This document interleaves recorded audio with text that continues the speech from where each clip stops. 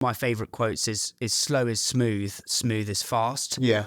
Because I'm very chaotic. Like, I hate systems. I'm just like, I'm trying to put more in place with this, and it's definitely helped. But well, part of it is not drinking the Kool-Aid.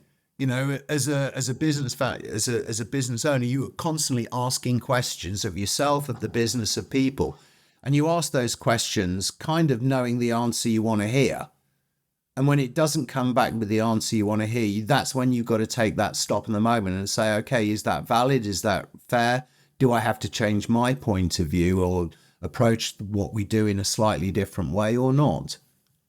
Is there an example of that over the years?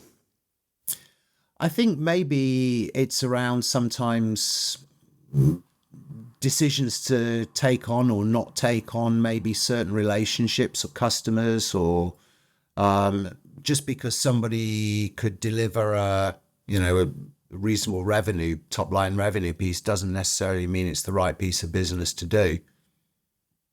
Because I know you've said you're only in Sainsbury's, Waitrose, Ocado, another big one going live soon.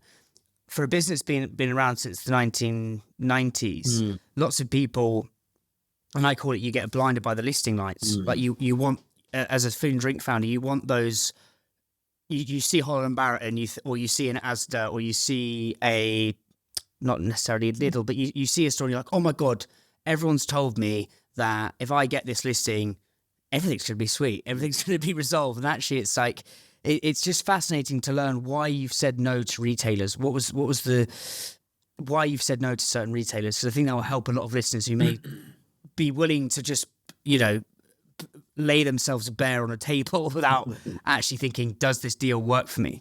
It's a sad truth, really. I everything that we do is about sort of helping. We talk about sharing the joy of specialty coffee, and it's Howard Schultz said it in his book, his first book, when he was talking about the history of Starbucks. He said, I knew this would work when I saw a truck driver going into a drive-through and paying, and we're going back to the early 90s, paying $2 for a cup of coffee.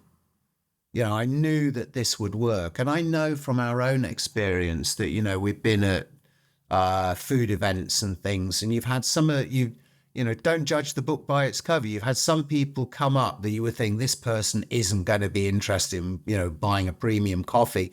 And you end up having the most amazing conversation with them, because sometimes they're just coming from a different point of view in their journey in life. But what they do is they enjoy what we're doing. And who am I to say, who can and can't access it? But the reality is that, as we, you said yourself, we supply cafes and restaurants. We don't do any of the big chains, GAIL's, yes. The Cornish Bakery is another group that we work with for a long time, who are very quality focused and service oriented, and people values strongly behind them. But we also supply through a network of independent wholesalers to the independent delis up and down the country. And some of those, of course, service some of the symbol groups, who are at the sort of more budget end of convenience. And there's a perception sometimes as well, why is a quality brand like yours available in this sort of less than upmarket retailer? Is that the right image for you? And unfortunately, sometimes you have to say, well, as much as I'd love it to have it available there, is it going to do us the right job over the medium term by allowing us to build reputation as a quality brand? And sometimes people read it in different ways than you hope that they will do. And there are, I suppose, prejudices of view that you have to accept. There are elements that we can change. Was it God give me to the strength to change the things I can and accept those that I can't?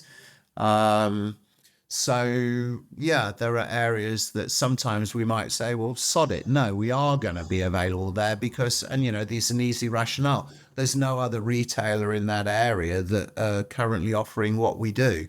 So fair enough.